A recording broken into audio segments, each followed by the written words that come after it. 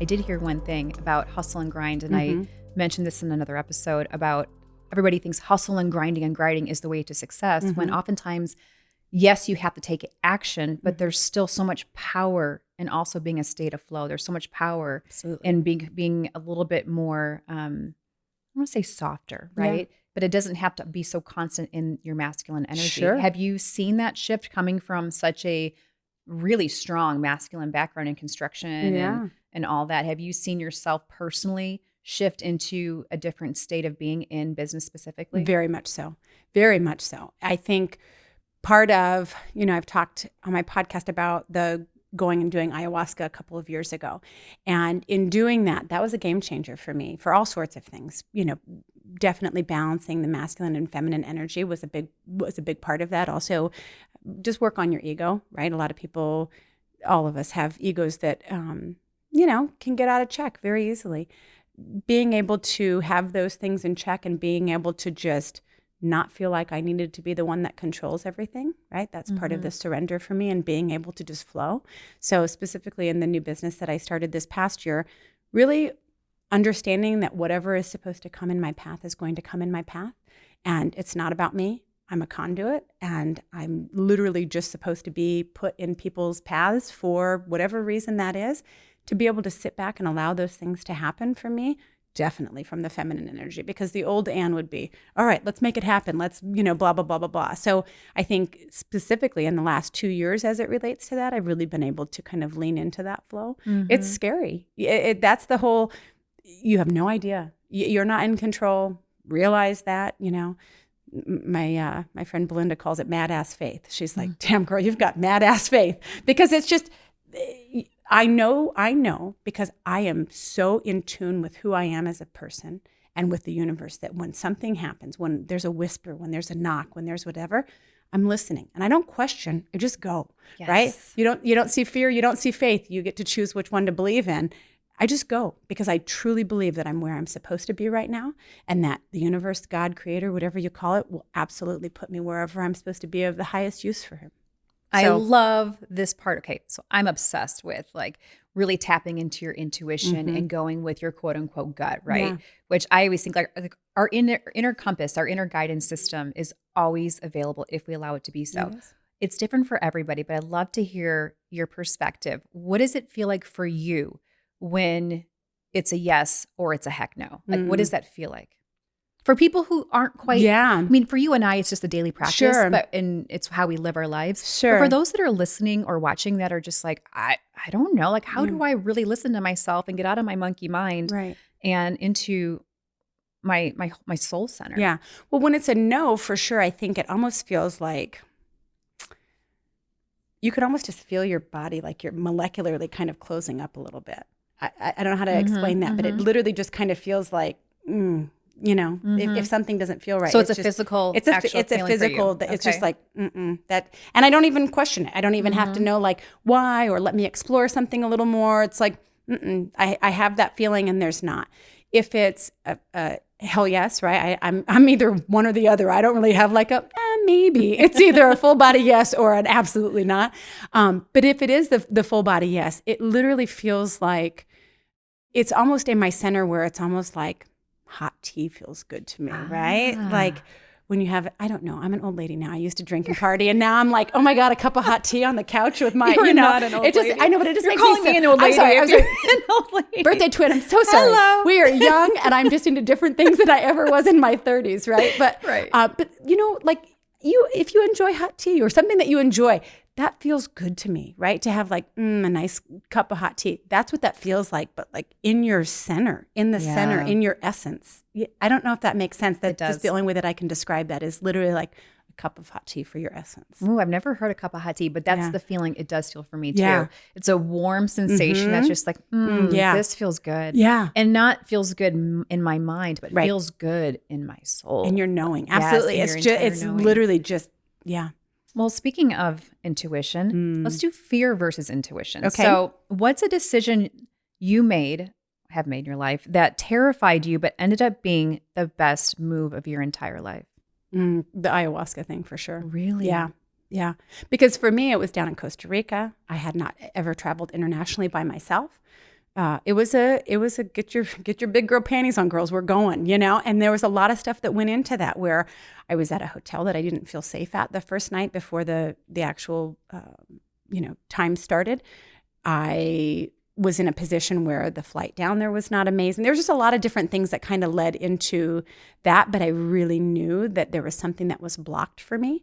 And knowing that I was supposed to be going towards a space of holding space for other women and really being able to be clean energetically, I didn't know what it was that was blocking me, but I knew something was. And so I knew I needed to do it, but I was scared. I was scared to do it, and I forced myself to do it anyways. And it was one of the things that I can't imagine not having done that, because my last 2 years of just really being able to release control and surrender has all been, part of that. That was a big change for me, a big shift for me. Do you mind going into the details of your experience? I know so many people have questioned, asked, about ayahuasca, and I know there's some that are beautiful experiences and others that are like, I'm happy to share. So it was a small group of people. There was 8 of us that were there.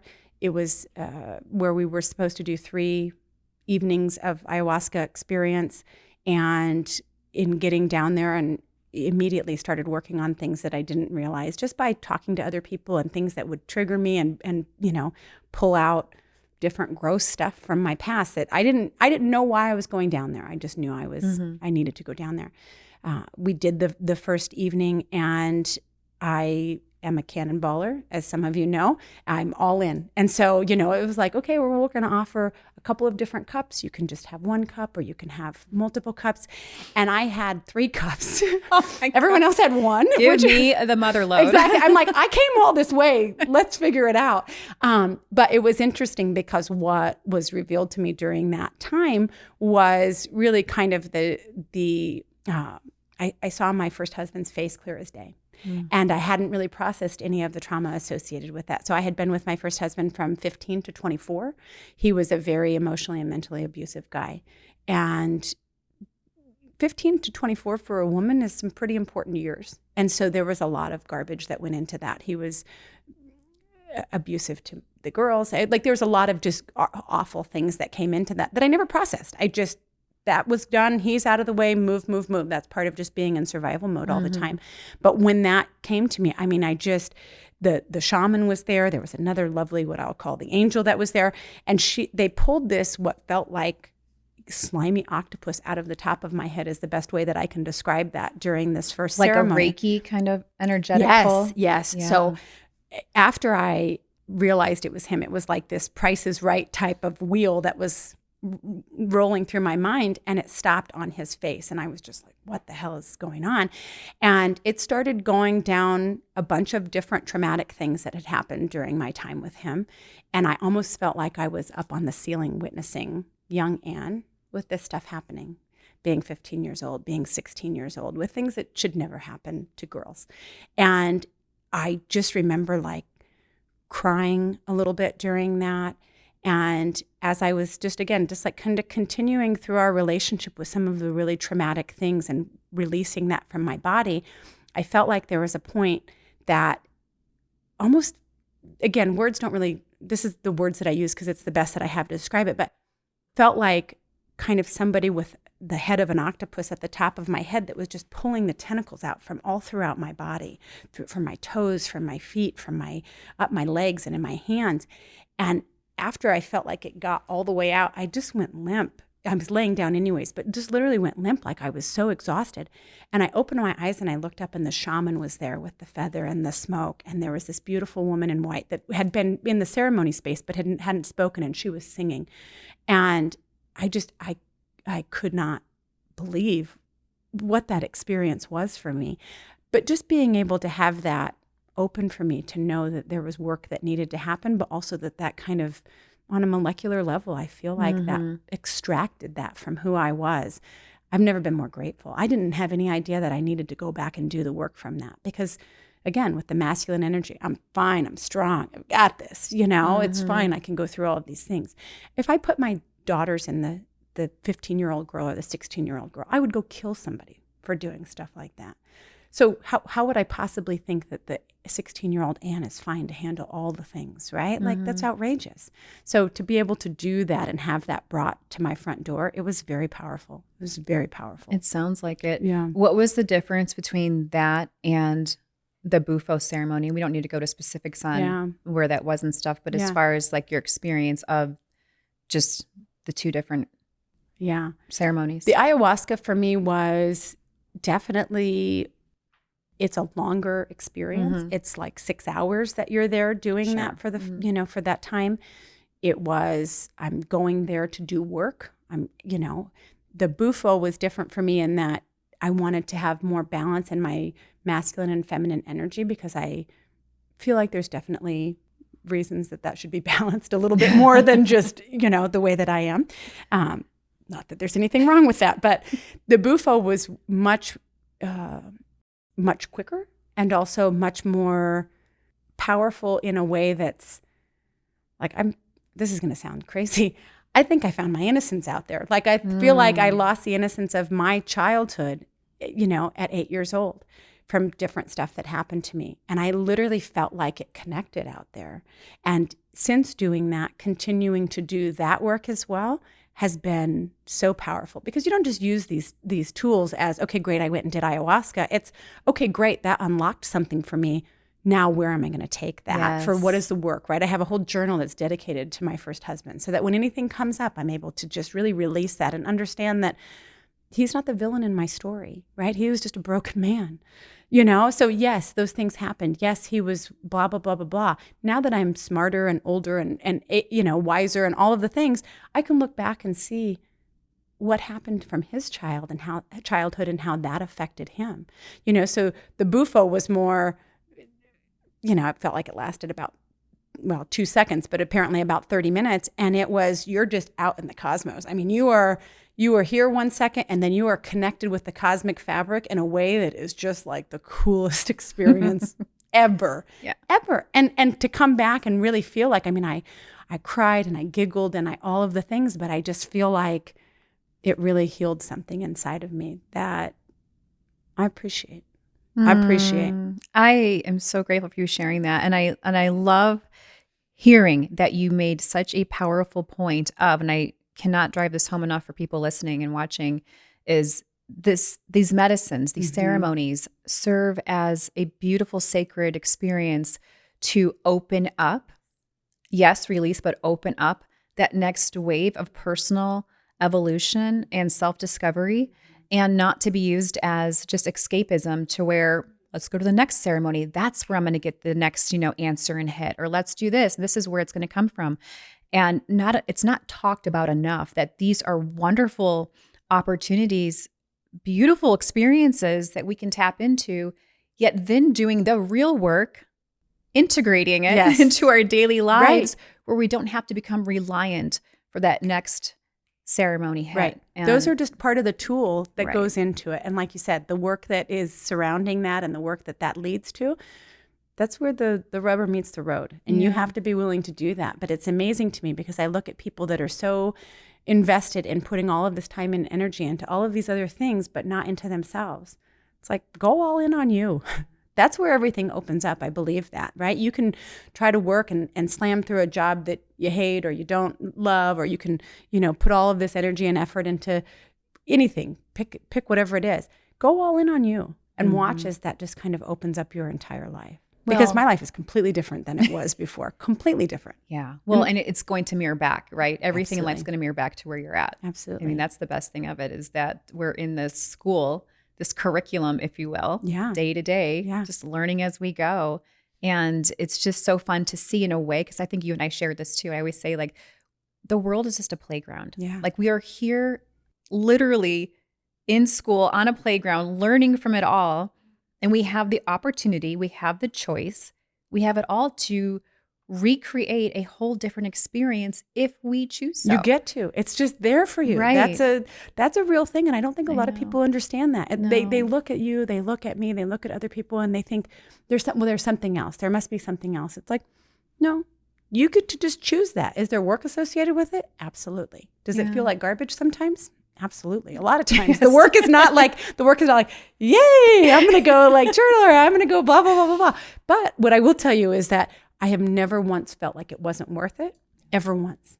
So you use those plant medicines as a tool that then open up other things. You have to be willing to get curious about it. When something triggers you, when something bumps into your stuff, get curious. I don't think people realize that's a really big concept.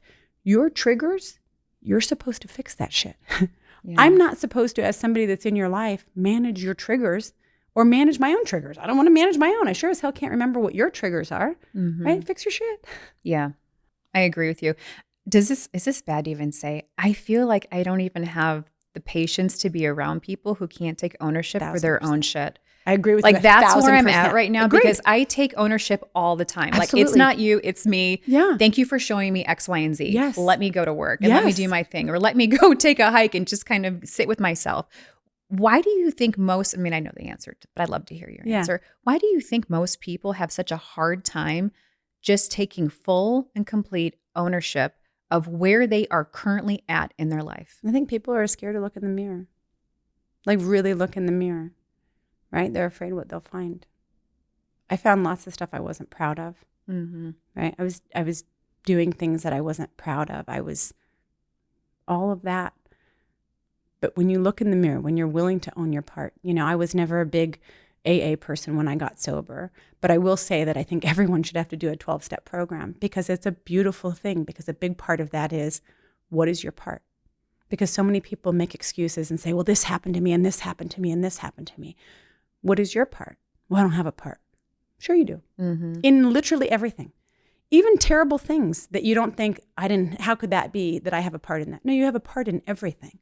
Right? Being able to own that actually feels really good. You can stand in your power. There's no power in victimhood, right? If you're willing to look yourself in the mirror and understand, God, I did that. That was pretty messed up, right? Maybe I didn't do the right thing in that situation, or I wasn't the right friend, or I wasn't the right mom, or I didn't whatever. I get off on taking accountability because it makes me feel so incredibly good to say, God, I can't believe I did that. I'm so sorry, right? Because I'm always trying to be the next best version of myself and level up in that way.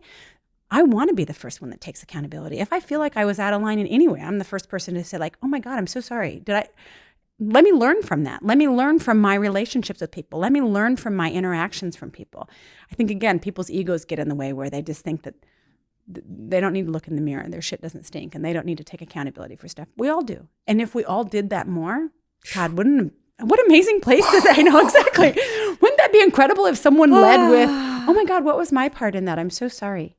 What a world to live in, right. You know? I mean, but honestly, that's the kind of world I'm experiencing more of lately. Yeah, because you're surrounding yourself because I'm surrounding myself with people that are as such, right? That understand like, hey, I'm deeply sorry. How, let me fix this on my own front and circle back kind of thing, right? Yeah. Like, I just find so much, I don't know. I feel like we talked about this a couple weeks ago.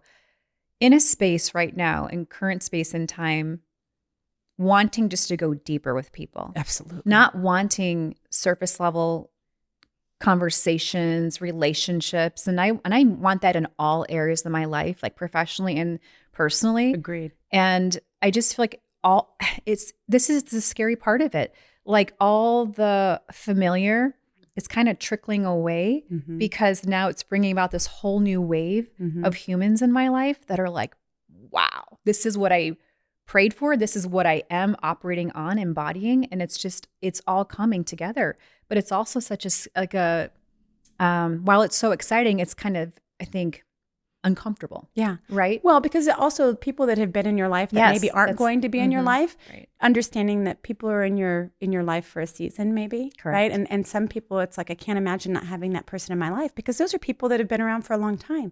But when you get to this place where you just have no tolerance for bullshit, right? Like, I don't want service level relationships. I have zero interest in them. With anybody, I have zero interest because you get to the place where it almost is like, ugh. Yeah. I mean, it just feels like slime on your spirit. It's nails on a chalkboard. It is. It is. I couldn't agree with you more. So it's like, I only will foster relationships with people that are interested in being deep and people that are interested in getting naked with me, not just on my podcast, but also just regular, because there's so many things that are such cool ingredients that make up the recipe of Chrissy May, right? And ingredients that are so unique that make up the recipe of who I am, right? Wouldn't we want to share that instead of being like, oh my God, can you believe Michelle wore her hair like that? Like, oh my God, blow my brains out, get out of here. Like, I can't. That's how I feel about that. I'm like, no, tell me about your childhood. Tell me about how you feel about that. Let me understand your unique perspective and how amazing you are. Wow, I never thought about things like that. That's really incredible. To be able to share enough with somebody so that you can get the insight into how their brain works and how they process something, what a gift. I'm not going to judge that. I want to celebrate that. Totally. And I think it's so sexy too. Oh, like yes. in the purest of the word, like it's just so sexy to be able to go so deep. Yes. So then how do you navigate situations where you're trying to establish a deeper connection with someone? Because I know people out there probably are trying and they're like, hitting their head against the wall. What if somebody has put up their boundaries and, their shell is up? How do you navigate that? Stop wasting time. Move on. There's lots of people. There's lots of people out there that are interested in getting deep. And for me, it's pretty funny because literally everyone in my village, I'm like, come on, guys, we're going. And I just drug everyone with me. I was like, we're all leveling up. Yeah. I don't want to be that. I don't want to be that. I want to be deep and understand all the things that make you who you are. I love the discernment you have. I love the quick decisiveness in your just being. Yeah. Like you're just, black or white, what's going on. And it's so infectious. I feel like no one's given any amount of time. You don't know. So if you think, oh, well, maybe I'll make a decision tomorrow. My sister died when she was 39 years old. Totally fine one day. Not here the next, right? It has in my face made me understand this is a gift. Today's a gift. You're talking about it being like, this is a game. This is a game. Yeah. Look at this. The big guy put us down here among Disneyland. Go outside and look around. Like, it's incredible. Not just in nature, but in everything that's around you. Go sit and just watch things happening. How beautiful is that? That's all just here for your viewing pleasure, right? You want to waste time with somebody that doesn't align with what you have going on? Not a second. Not a second. Just not a second. Did you hear that, everyone? Loud and clear. Just in case. For the people in the back, stop wasting time. Yeah. I love that. Yeah. And it's so simple. It is. We create it to be difficult. We do. Really, when you think about it, we create suffering. We create all this nonsense because we sit in our egos. We do. But if we sat in the seat of our soul, wouldn't that be powerful? Every day. Well, you're there. No, I am. There. I look back and you couldn't make me go back. Understanding what I do now. It's worth every ounce of work that I've done and then some. So, yeah. I love it. Thank you so much for sharing. Yeah. So, I like to wrap with a fire round of questions. Okay. Anne has no idea what I put together here. Answer to the best of your ability. You got it. Here we go. You got it. What's one habit that has changed your life? Yoga and not the fitness kind. If you could give your younger self one piece of advice, what would it be? Be authentically you. Awkward, weird, all of the things. Don't try to fit into a mold. What's your go-to practice when you feel stuck or overwhelmed? Probably just breathing and smudging myself. Just shut everything else out and breathe. I love the smudge. What's one self-love ritual you swear by? Thai massages, 2 hours with a gummy. I already told you I have to do that. It's literally the best thing on the planet. Those Thai women are incredible. It's such a spiritual experience. I love it. Yeah. What does healing look like to you in one word? Ferocious. Oh, that's good. Yeah. What's the most powerful lesson pain has ever taught you? That you're stronger than you ever will know.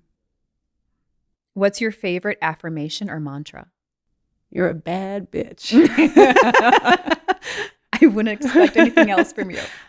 How do you tap into your intuition? Again, I think just being quiet. I think that the meditation, the being quiet, I just think that's so uncomfortable for so many people. And I have learned to just lean into that discomfort. And now I crave it. So, if you had to describe your soul's purpose in one sentence, what would it be? Holding space for others. You're good at that. What's one belief you had to unlearn to reach your next level? Oof, only one. The top one. That I'm not good enough. I think that's for most people. Mm-hmm. What's the best investment you've ever made in yourself? Probably just time. I don't think it was any one thing. It was just knowing that I was worth the time. Because I can do for everybody else, right? I always would take everybody else's burdens and carry everyone else's things and not put into myself, but understanding that putting time in and into myself has been a game changer for me. I love that. What's a lie you've told yourself for way too long? That I'm not enough. What's your most embarrassing spiritual or self-growth moment? Poof. Probably sharing a few moments ago that I found the innocence of my childhood at Bufo. Oh, I don't think that's embarrassing. Oh my God, it feels very embarrassing to me. Really? Yeah, that feels very vulnerable to me to share that. My voice shook a little bit when I was saying it. Wow. Yeah. We were just talking about vulnerability too in the last episode. I think that's a hard thing for a lot of people. It is. But to be so raw and real in the moment.